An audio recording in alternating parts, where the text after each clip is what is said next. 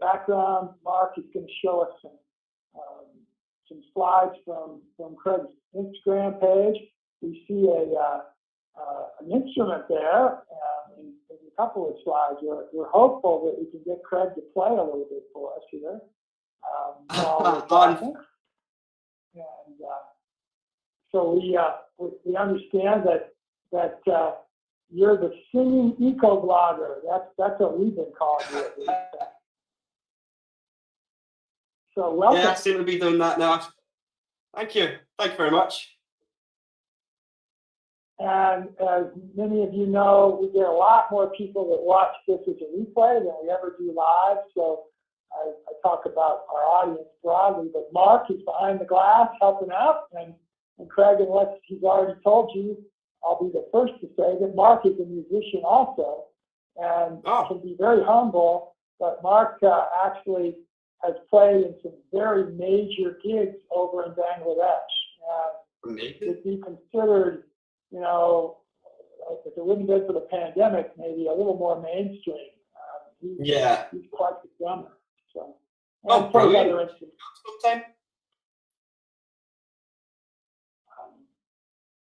And he and I have had the pleasure of working together now for almost 9 years, which is very cool. Brilliant.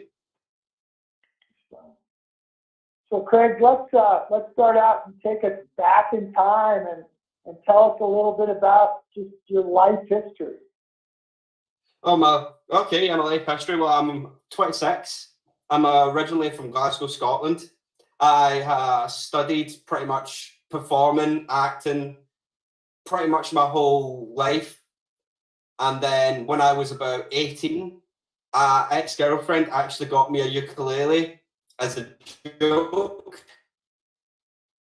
She thought, okay, just a small guitar, it's good. No big deal, it's a joke. But then she gave it to me, and I just fell in love with it.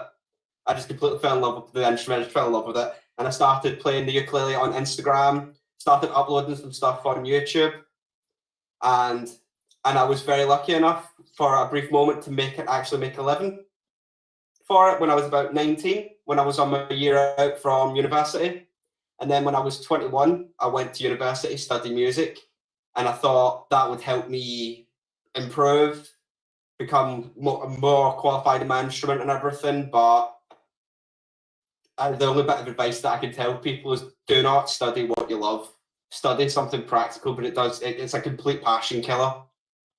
And for a while, I lost interest in playing the instrument, playing the ukulele whilst I was at university, because I was getting too much work. I was too much for workload, and it was just bogging me under. And I stopped for a while, and then last year, I started playing again, and started to build my following up again. And then I got into renewable energy by complete accident, because on my street that I was living in, the company that I was working for, Clean Air Ventures, they were looking for someone to do some social media. And I just met Simon Roberts, the founder, and we got on really, really well, chatted, had similar interests about being eco-conscious. And then he told me about Clean Air Ventures, and then I got a job with them and creating the content.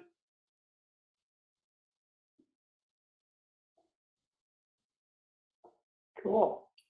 I'm not sure if you understood a single word I said there, but I'm going to hope you did. I'm getting used to it. And so I probably missed a little more than I wished I would have, but I think I got most of it. I hope our audience did. I hope you did. The cool thing is if you're watching this as a replay, you can probably slow it down, and then you can you can get the articulation a little bit better. Maybe next time we can add some subtitles. So when that ukulele was first given to you, have you done anything with a musical instrument previously? Since I was about 5 years old, I've been a born and bred actor and singer. I've played guitar. I was at the Royal Conservatoire of Scotland from the ages of 5 till I was 11, basically being trained to be a performer. And I started playing the guitar when I was 12, and then from there playing the guitar and everything, I started playing bass and then started playing a little bit of keyboard. But my main focus at that time was drama and just being on stage and just having a laugh. So, do you play by ear? I want to say yes, but no, unfortunately not. I'm not that gifted.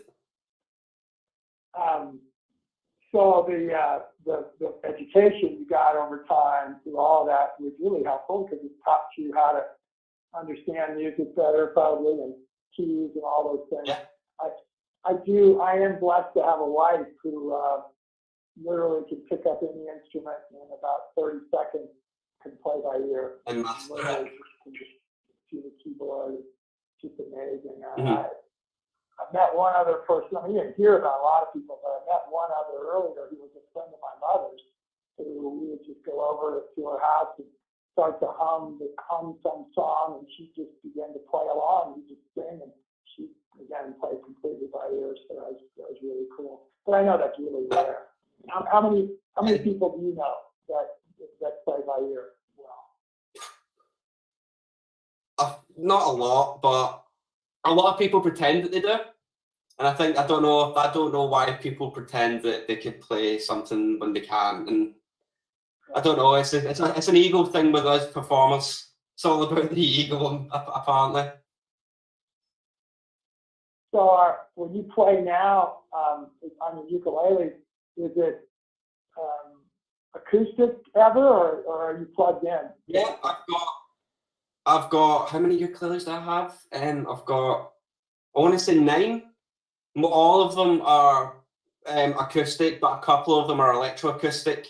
I'm actually in the process of looking at a Gibson Les Paul ukulele, and it's fully electric, and it just looks incredible. Cool. And what would you say is the difference in the ukulele in terms of playing it versus the guitar or other stringed instruments? Oh, to be honest, all sort of instruments like the guitar, bass, and ukulele, they are all sort of very, very similar, but have different sounds.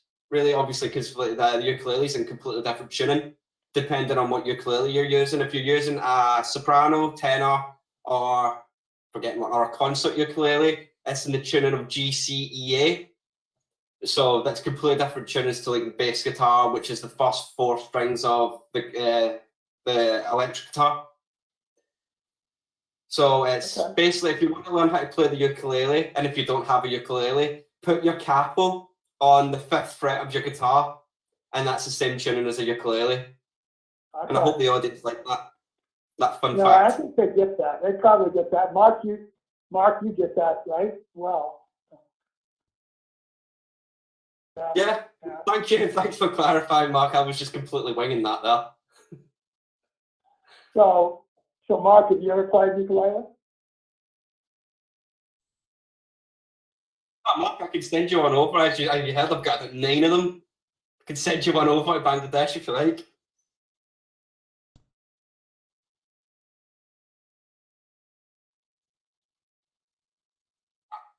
No, I mean, if you've got a good rhythm, if you've got a very good rhythm, you'll be absolutely fine. Because that's the most important part.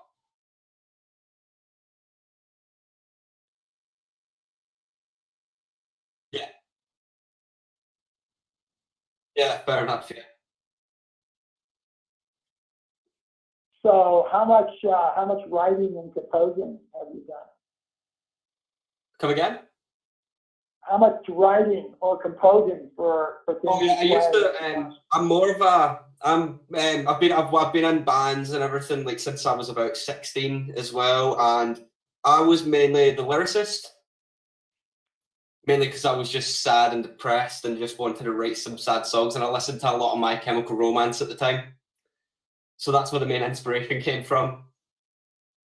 But now I'm in the process of just trying to kickstart my music career again, as well as my as well as my social media work as well. So hopefully at some point those two can come together.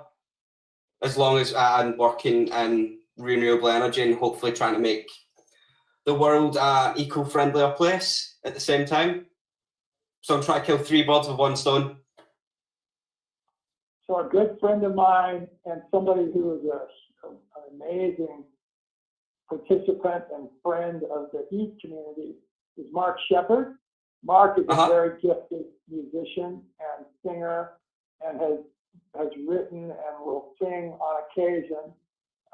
And he's much better than you think he is of songs that have eco themes. So it's very, very cool to listen to him when he does that. Maybe one day we could all come together and start a band. Yeah. Do you play any instruments, Wayne? I don't. You know, I've played around with guitar. I played around with piano. I played trumpet in a band for several years. And I get it, and I do read music, and I love to sing. I did actually get to sing in a number of drama situations with musicals and such. And so I read music pretty well.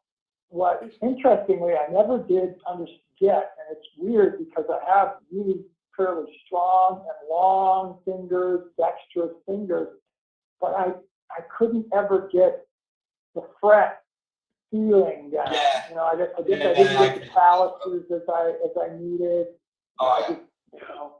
It didn't come as easily as I wished it would have. Fair. Oh, do you never too old to start again?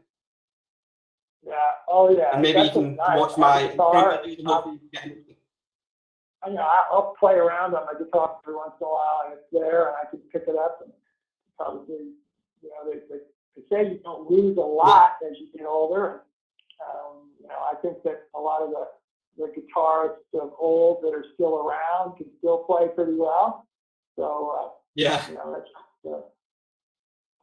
So tell us about the eco side a little bit more, and then interestingly, on your content writing, which, by the way, everybody should understand that that's going to become more and more important over time for the message about the importance of our planet and doing things to make it better, which, as we say, is economics.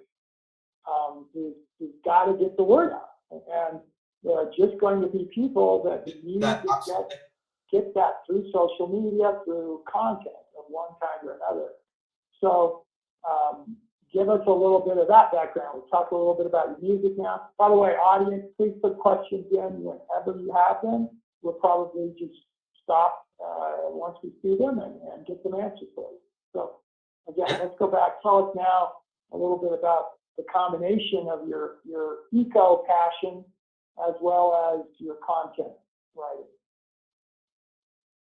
Okay, well, basically, I'm just sick and tired of the way we've been treating our planet for the last 50 years, and I just want to use anything at my disposal, be it a blog, an Instagram, or anything, just to hopefully just try and get the message across of just we can be eco-friendly.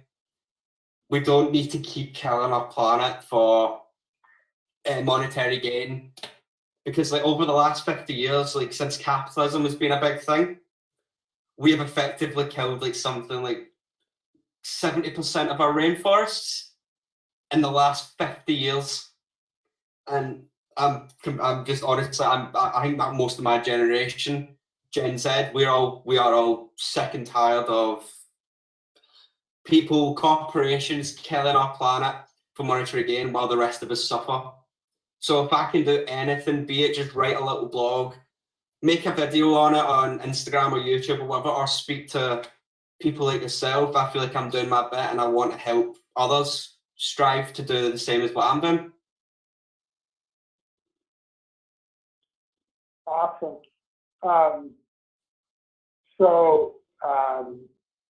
Does writing, let's say, blog link type articles come pretty easy to you, or do you have to agonize over it and really think about it? Honestly, I've always been somewhat of a writer. I think that's been the first thing that I've ever really done, apart from acting. When I was a kid, I used to write little stories. I used to write my own adaptations of the Harry Potter books.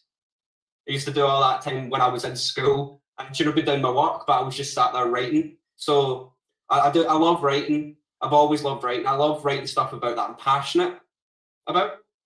But when I went to university, it was just a big blag of just writing essay after essay after essay. And that's sort of that, as I said again, I'm going to go back to my previous statement. Don't study what you love, because it just kills the passion for it, and then you just have to slog all the way back. You need to start at square one again, and then have to work your way back up. So tell us about a person in your life, other than, let's say, your parents, that have had a big influence on you as it relates to any of your passions, music, eco. My granny. Cool. Yeah, my mum died when my mum died when I was 10 years old, and I've been estranged from my dad since I was about 16. But my gran's always been there for me. She's been the number one person in my life. She's like my mum, my dad, my best friend, my brother, my big sister. Everything all into one adorable little old bundle. And I've actually got a birthday on my chest as well. So I know, just very cool. Yeah, so my grand's my biggest inspiration for everything, and I can't wait to go back and see her next week. And I'm going to show her this interview as well, and I hope she likes it. Cool. And maybe, definitely the replay of this will be done by then. And you can maybe show her and say, hey, she can watch this at her leisure at some point. Yeah, definitely. That's what I'm excited about. Yeah. We're going to give her a quick shout out. Hi, Granny. Hi, Gran. Yeah. So tell us also about, you said essays that you were reading when you were in your college time, but what's something you've read recently, whether it would be a book or a blog article or something else, an essay of some kind that really has touched you, and just tell us a little bit about it. It's actually everything that's just been happening recently with the world. Currently in the news right now, we are currently trying to become net zero by 2050. We're trying to stop selling gas boilers in the UK by 2026, which is good. But I've read something that is just, this whole pandemic has just brought so much light towards how much we are actually killing the planet. Because in the first, I think it was in the first few weeks of lockdown, I read something that China actually were able to see the sky for the first time in so many years, I think, because it was all just covered in fog. And I was just thinking, wow, if they actually managed to become renewable, we could actually just save so much. We could save so much things. We could just save so many people from carbon emissions dying, because apparently in China, like, if you just breathe the air there, it's a equivalent of smoking 40 to 60 cigarettes a day. And that's the part that really, really touched home as well, because babies are breathing in that air, they're breathing in that carbon monoxide, and it just has to stop. And I'm just basically at my wit's end with the way we humans have effectively managed to kill our planet in such a short space of time. So since you talked a little bit about tobacco, cigarettes and such, my parents' generation, who were a lot of times called the greatest generation, World War II, Korea, those type things, they all smoked. I mean, it was incredibly, it was just commonplace. My dad and mom probably died, both of them, because of a lot of it, because of their smoking. They both quit late in their lives, but they had been already horribly affected by it. I think because of that, my generation, so the baby boomers, for the most part, were not smokers. And actually, it's our generation that had smoking really go down. It's our generation that sued the tobacco companies that would stop the kind of tobacco advertising. You probably never saw this, but here in the States, and I actually was in Europe several times when I was young, there were billboards, there were huge advertisements about the benefits of smoking. tobacco, and not anything about any of the dangers. So anyway, I have children that are both Gen X, one, and kind of on the cusp, and then I have three that are millennials. And then I have grandchildren who are now, my oldest grandchild's 15, but I don't have anybody, your generation, that Gen Z, as you said, is sort of in the middle. What are you seeing in your generation with that one area, smoking? Yeah, it's weird actually, because I was born in '95, so I'm like in the middle. I'm like half millennial, half Gen Z. But it's weird. It's weird because like I used to smoke. I'm now on a vaporizer because I'm trying to quit smoking. Better for my health and everything. Better for the planet. But it's weird. I've got a lot of my generation that hate smoking. They can't stand it. But there's this thing going around. The younger Gen Zs, they are buying vaporizers or buying like the Juul cigarettes, and then they've never smoked a cigarette before in their life. And they've got the things with nicotine, and they keep going up and up and up. So it's just a new generation of something just getting addicted to something else. And so we just need to break that cycle. How many people do you know that chew? That chew tobacco? No one. Yeah, that's a really good thing, because that is very common in my generation. That less smoking, but a lot of chewing. Gen X, I think, it's got a lot of chewing. Isn't it maybe wrestlers that use it as well, mainly to cut weight before fights? Yeah. Yes. Yeah, I think that's true too. Yeah. Let's talk about some non-health related issues, eco issues. You talked about the big picture, loss of rainforest, changes in catastrophic weather, temperature changes. What's something that's real close to you, maybe in your neighborhood even, that you observe that's disturbing to you ecologically? The lack of recycling. Now that one I didn't understand, so state that one again. The lack of recycling. Okay, lack of recycling. So if at your place of residence you want to recycle, is it difficult? I recycle. Or so do you have to put it in separate containers, take it somewhere to be recycled, or are there disposal companies that come and pick it up if you actually do? Yeah, in the UK we've got one big bin that's for just general waste, like such as food and everything. But then we have two separate bins. One's a green bin and one's a grey bin, and your plastics and your glass and your cardboard and everything that go in others and everything. But a lot of people just don't do that, and they just put all the rubbish in black bin bags and throw it on the side of the road, and that's how. And I'm just sick of seeing it as well, because like I've been a uni student. I've lived in shared houses with my friends and everything. Like everything just used to get washed into a black bin bag. Do you think that roadside or street-related waste is worse now than you can remember it from when you were, let's say, 10 years ago, or is it better, or is it similar? I've darted about the place over the UK and everything. I've lived in Wales for a little bit. I lived in Scotland for the 21 years of my life. And then I moved in Chester, so it's completely different everywhere. But I made sure when I was in Glasgow, when I was living with my gran, I always made sure I was doing my recycling, because like it's every little helps really. Even if you go to a bar or whatever, you get a plastic straw. Just don't use the plastic straw. Just don't waste it. Don't use plastic straw. Don't use plastic cups and everything, because they all just get thrown out and thrown into the bin anyway. And I think my generation is actually starting to wake up to it a lot more, because I think on especially social media, my generation is the loudest about being eco-friendly. Cool. Well, I think you're right about that. That's accurate. Who is an eco hero to you? An eco hero? That's a tough question.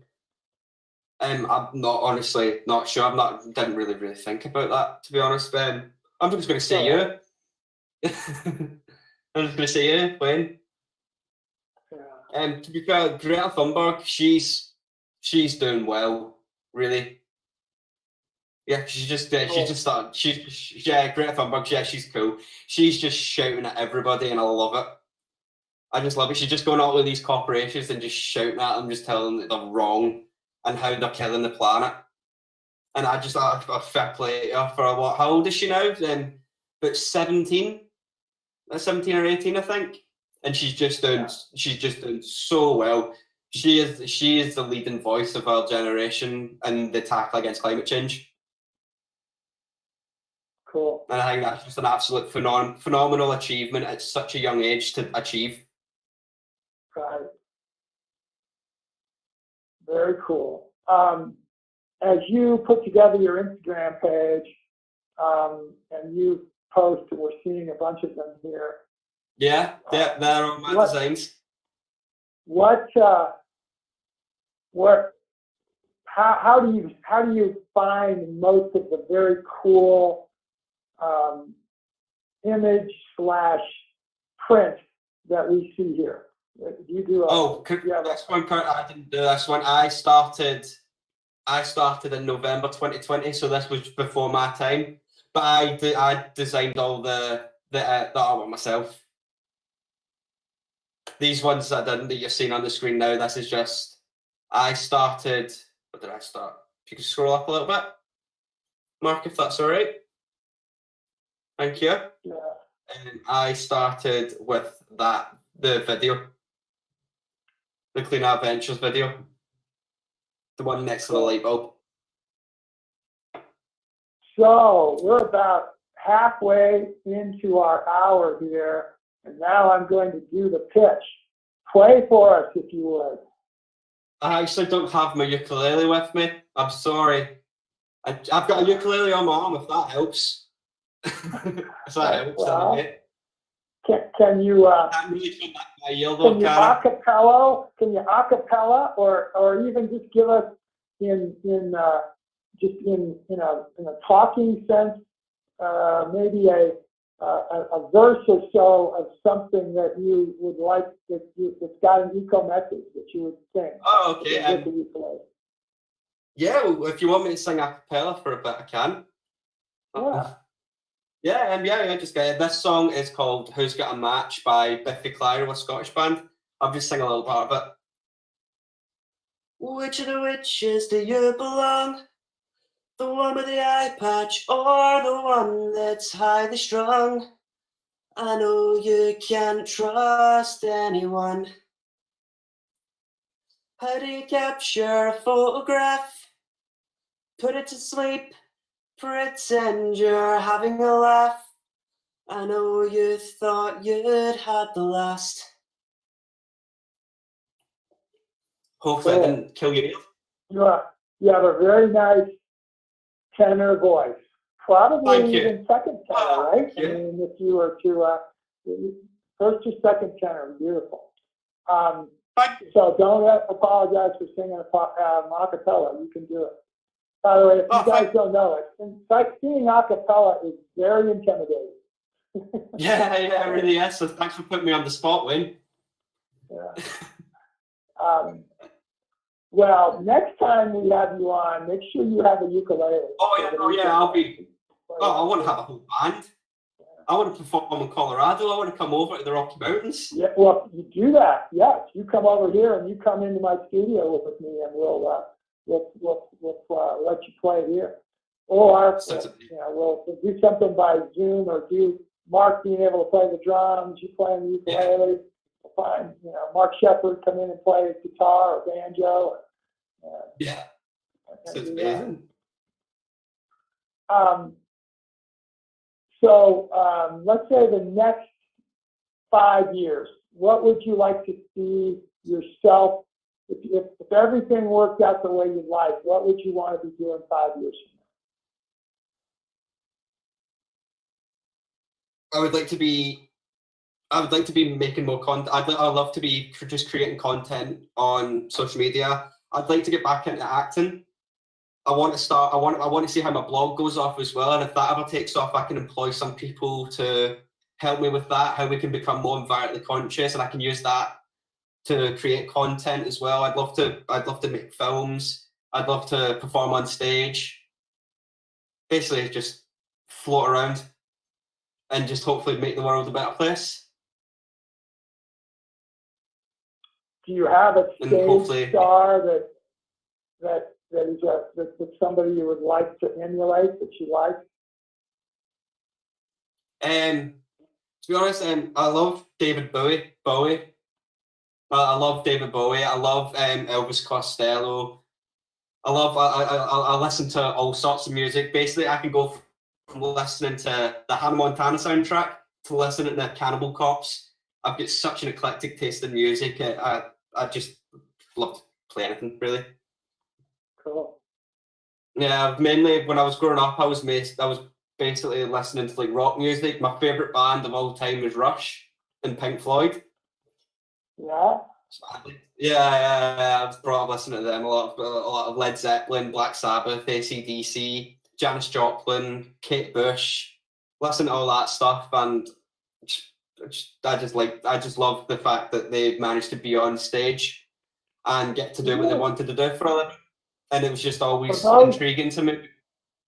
For those listeners and watchers who are my age, or a little bit older, which is when a lot of those groups that Craig just talked about were at the prime of their early part of their career, how they've maintained status 40, 50 years later. It's very, very cool.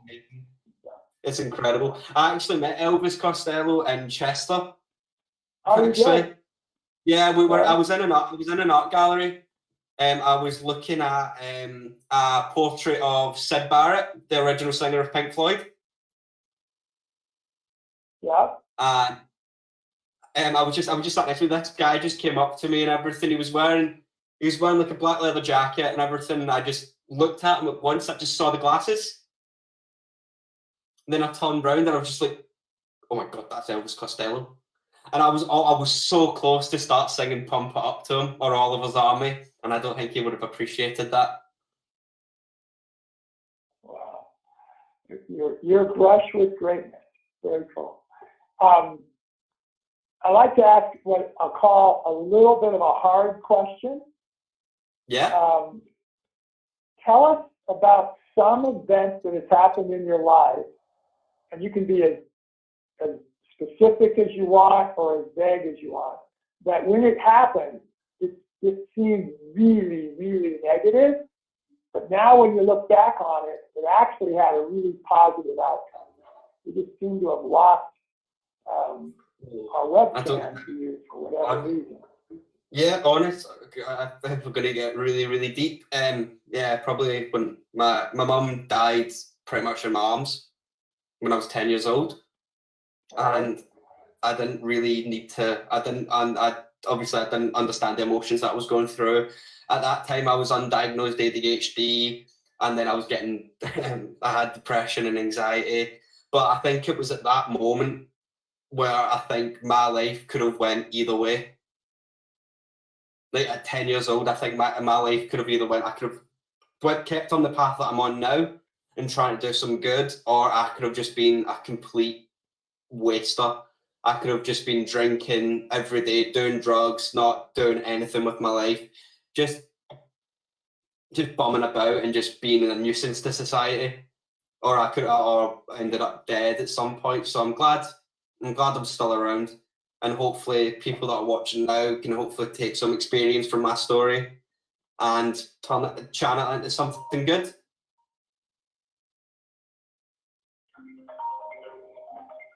Sorry about that. I turned my phone off, but I forgot to do that. How rude. Wow, that's a really strong message. And then when you couple that, everybody, with the fact that his granny came into his life and probably was already in it at that time, and what she's become for him. But wow, look at what happened here. A guy who could have been dead. Pretty much, yeah. Pretty much, yeah. I could have been dead in a ditch by 16 for all I know. but I'm really glad that my life didn't turn out that way. And now I'm here singing and playing the ukulele on the internet and writing blogs and telling my generation to act up and help against climate change. Yeah. So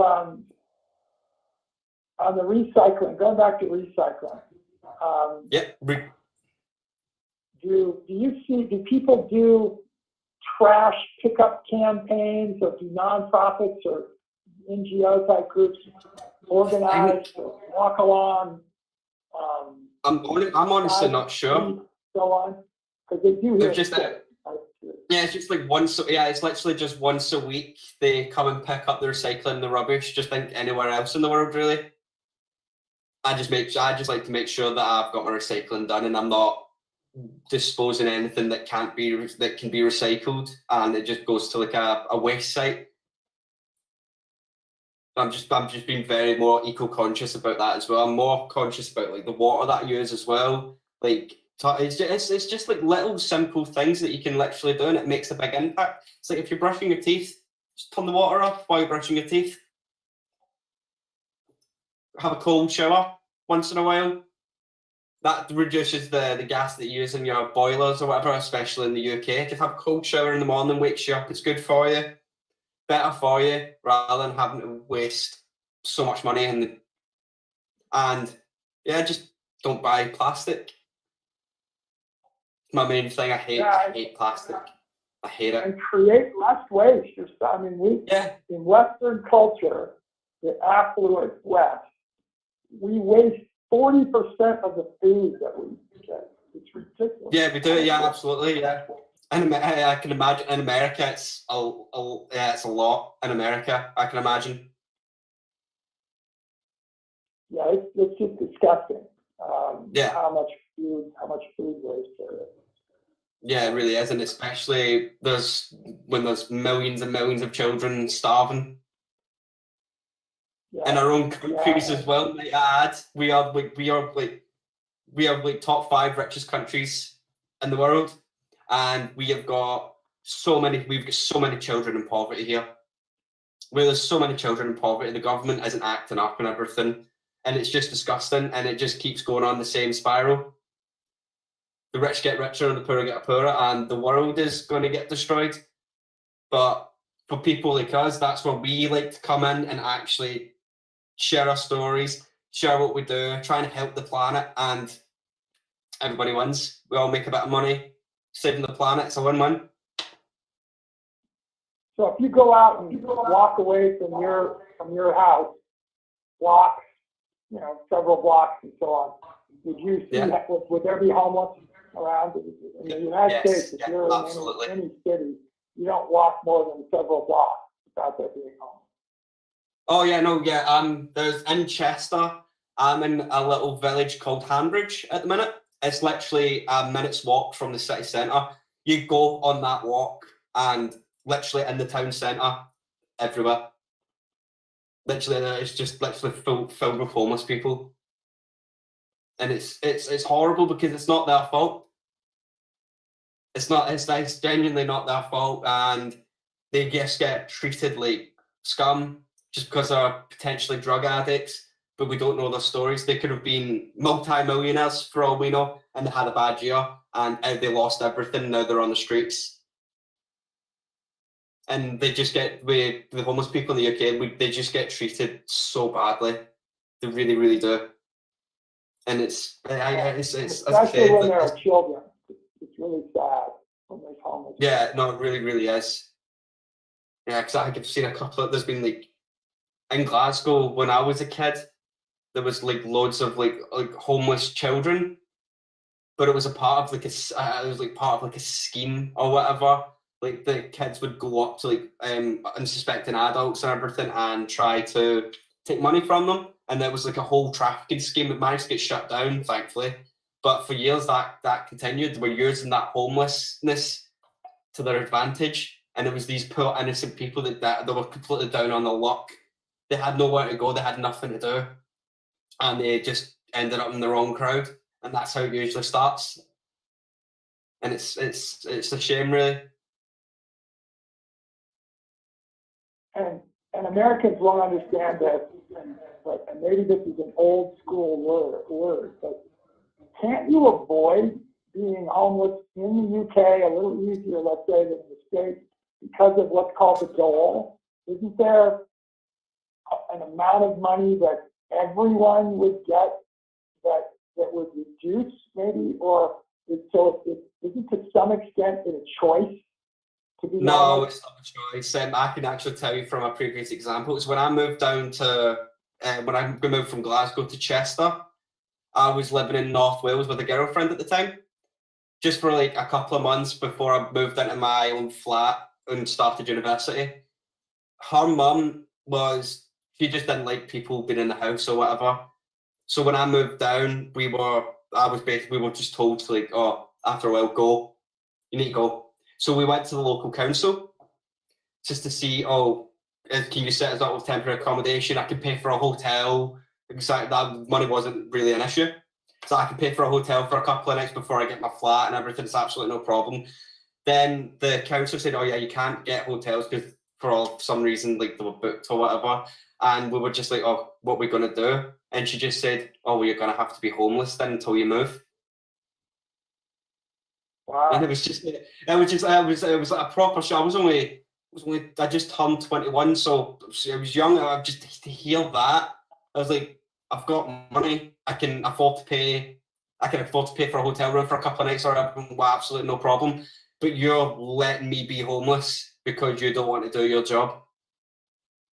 As they said, it's like, oh, it all depends. And other places in Glasgow, in Scotland, like, they're very good with the homeless. It's very, very good. But in England, it's slightly lacking. How big of a city is Glasgow? Is there over a million? Well, I mean, in Scotland, there is only about 6 million of us in Scotland.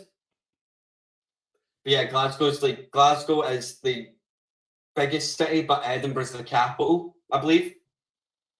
Glasgow's the place that you go if you want to party and have a good time, and Edinburgh's the place there you go if you want to go see some sightseeing and some beautiful picturesque things.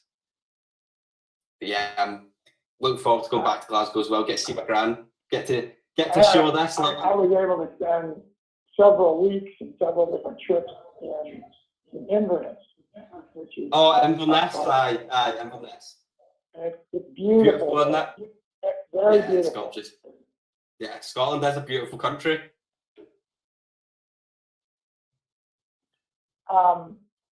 Mark, what questions might you have for Craig?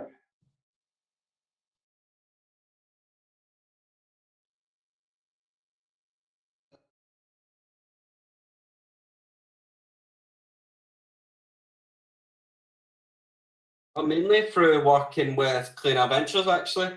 That opened a lot of doors to me, as well as like how badly we are destroying the planet. And I just wanted to use my experience in writing, performing, and using social media to my advantage to hopefully showcase how we can actually change the planet for the better. I hope I answered that all right.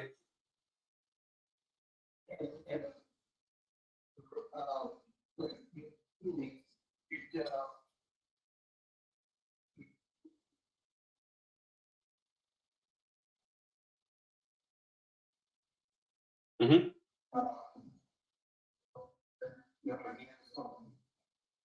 Sorry, mate, you're breaking up. I can barely hear you.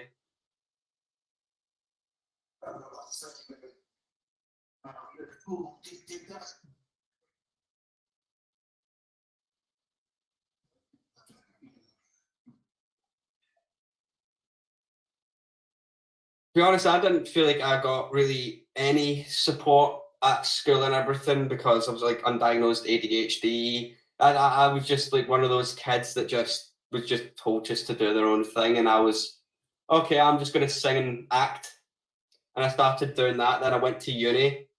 That killed my passion for music for a while, and then I started to do a master's in business, and I thought this is where I'm actually starting to learn something. Then I got the job at Clean Air Ventures.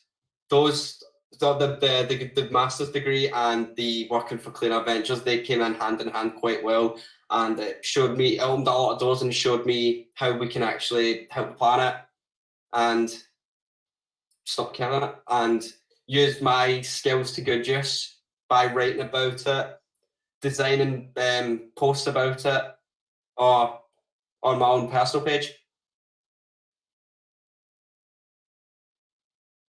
Oh, go ahead, Mark. Keep going. Yeah.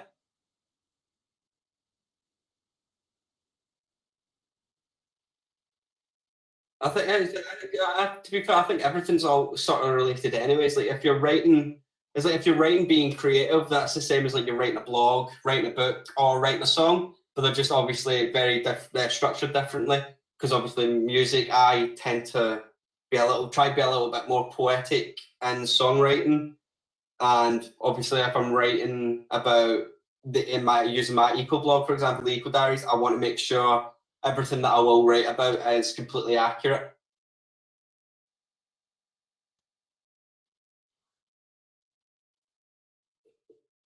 Mark and Craig, is there Cleaner Ventures is a very common name of potentially a company in various different countries. Does the one you work for or work with have a website that Mark might just put up on the screen right now? You know what the URL for it is? You put the website today. Yeah, I've seen it. Yeah, it's on his I can see the tab of it right now. Mark, it looks like you have a tab for Cleaner Ventures up there. Yeah, there we go. There we go. There we go. Yeah, cool. Yeah, so basically to cut a long story short, basically Cleaner Ventures, they are trying to install heat pumps, because by 2026 the UK want to ban gas boilers. So we're trying to get people to use heat pumps to reduce our carbon emissions. And there's like an option as well, like a renewable heating incentive, because if you can't, because funding for a boiler is expensive anyway. So basically, what they're trying to do is to sort of a pay-as-you-go type thing, like as you pay for your phone bill or whatever. So you can pay for your heat pump like on a monthly basis, and it helps Cleaner Ventures, and it helps people reduce their carbon emissions, and we're trying to get that out nationwide. Mark, click on the About Us there on the page.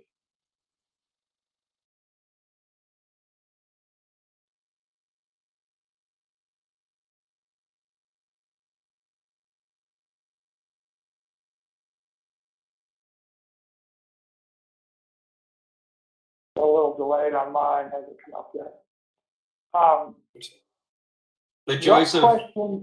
What questions would you have for us, or what else would you like to tell our audience today, Craig?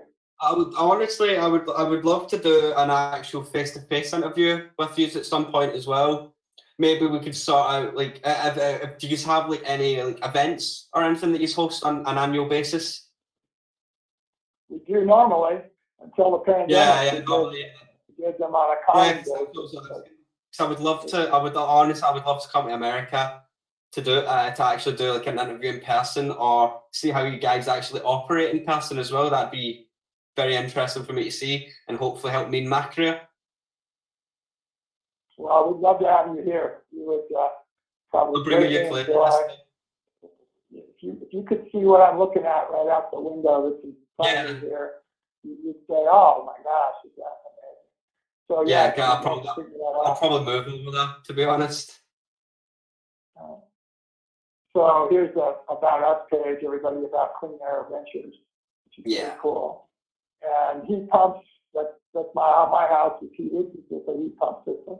And it actually is one that has wells, shallow wells with a bunch of tubing, and it makes the use of the 60 degrees stable temperature of the earth to provide that temperature of fluid into the heat Yeah. pump system, which is a lot like a refrigerator, everybody, except it sort of works the opposite, and to where it's extracting the cool in the summer and the heat in the winter from that Yeah. 60 degree, instead of having to raise the temperature from, let's say, 40 or zero degrees centigrade in the winter up to 20. Instead, it's only raising it from about 13 to 20. Okay. In the summer, instead of reducing the temperature from 35, let's say, down to 20,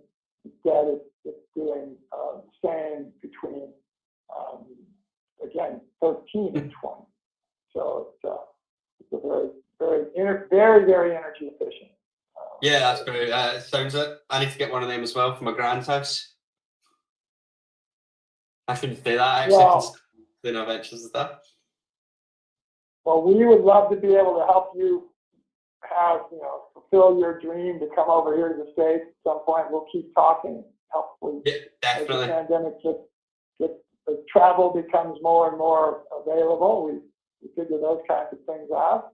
And we want to interview you again at some point and let you play your ukulele for us and update us on whatever's happened between then and now. Yeah. And our audience, if you guys have got any questions, please throw them in.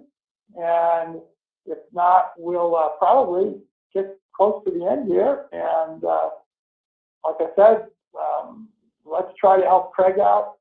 If you're in any of the marketplaces where Clean Air Ventures is, check them out. You might want to switch from oil furnaces or natural gas furnaces or even worse, some other kinds of heating that you might be doing for your home, and think about that.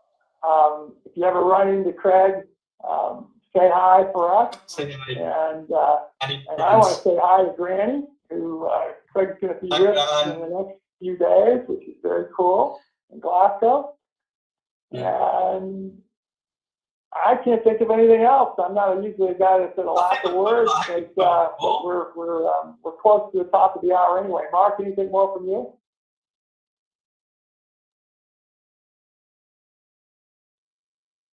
Yeah, that's a good way. Best way to get in touch with me. Yeah. Is on Instagram. I've got two Instagrams. One is instagram.com/the Craig Gallagher, and my other one is Boy with a Uke. Basically, that one on the screen right now, that's probably the best one to get a hold of me on. Very cool. Yeah. Yeah, it's all right, isn't it? Well, for only 6 posts, it's very good, Craig. So, yeah, no, I've had that account since I was roughly about 19. So I've got a bad habit of posting things and then deleting them and starting all over again. But I started the Instagram page again last year, and I've not deleted anything yet. So I think that's progress. And when would we expect maybe a new blog post for the Eco Diaries? When would you have your next one? I posted one up yesterday. Okay. I posted a brand new one yesterday, yeah, about how to be more eco-friendly in 2021. It's just 5 quick facts on how you can be more eco-friendly. And I should be, hopefully, every single week, be posting a new blog.